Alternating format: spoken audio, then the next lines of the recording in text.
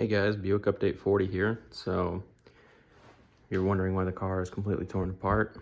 If you can take a guess, it's because it's finally come to paint day. So been waiting for this for basically a decade at this point, and I did some body work in high school and then did a lot of body work in college, and then I wouldn't say I lost interest, but it's a lot harder to want to keep going when you don't have a running engine. So then I kind of just fell out for a little bit, and then I spent a lot of time getting the engine back running, and now that it is, I figured this is as good a time as any to finally finish up all the body work. So I spent a lot of time, probably 3 to 6 hours a day for the past month, fine-tuning everything, getting all these final pieces ready. And this hood was actually a replacement from the GS Nationals that I went to with my dad, and it was in pretty rough shape, and I stripped it, added some rust encapsulator, primed it, blocked it, filled it, and there were some pretty gnarly dents around here.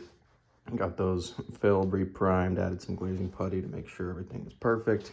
There's also a pretty gnarly dent in the back corner, and that was also filled as well. But most everything else was nearly done. I had spent a lot of time with a DA and some rattle cam primer in college, and it wasn't perfect, and I didn't block really anything, so there was still a lot of stuff to fix. But otherwise, I did got everything cleaned up, did a test spray last night, and I'm going back to the original color, and man, I'd say it came out pretty good. This is my first time spraying paint. I've done primer time and time again, but I've never actually sprayed paint on top of that. So because of all of that, I still had a few things to learn when it came to paint. And one thing that I certainly learned doing that one test panel was that it's incredibly sensitive to dust.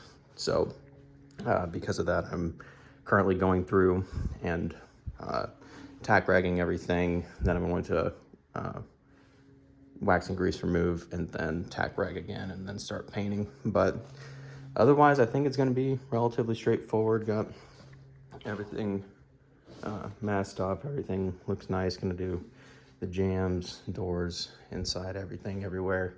The only thing that was slightly concerning was this white piece that runs on the inside of the rear rail, the rear quarter window, and because of that, I had to find a way to be able to like spray the inside of that. So we'll see how that actually turns out. It was originally white, but through all of my priming and whatever else, it ended up getting a little bit of primer on it, so I just wanted to look nice. But yeah, remasked everything yesterday. Not a whole lot else to say, I suppose. So we'll see how this goes. Get some paint on it, and it doesn't have to be perfect. I do plan on adding probably 3 medium wet coats so that I can color sand it and get it buffed. So hopefully I can remove any imperfections that might come from this dusty garage. So we'll see how it goes. And just like that, we have a painted car. So this was the first car I've ever done. This is obviously a kind of dusty garage. I did my absolute best to blow every nook and cranny out, but it didn't end up perfect. There's obviously some stuff in the paint I'm gonna have to color sand out, and that's actually the next step. But most of the big panels actually ended up going quite well. Besides those few little nibs that I should be able to get out with some color sanding. There were a couple issues here and there, and the hood turned out pretty nice for the most part, except for it's a lot easier to see in the sunlight, but there's some bubbling here and along here, which actually ended up because I would reach over to spray, and my face mask was full of sweat, and when I tilted my head down, it fell out of the exhaust hole. So that was pretty disappointing, and it actually happened a few separate times. But there's also a bit of a run here. Yeah, you can see it in the light there.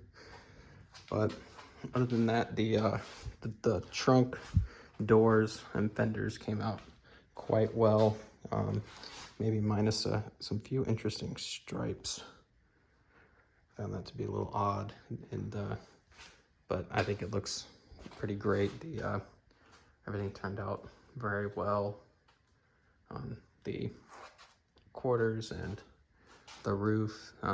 Obviously, bugs and dust were kind of an issue on the roof, and the same thing here.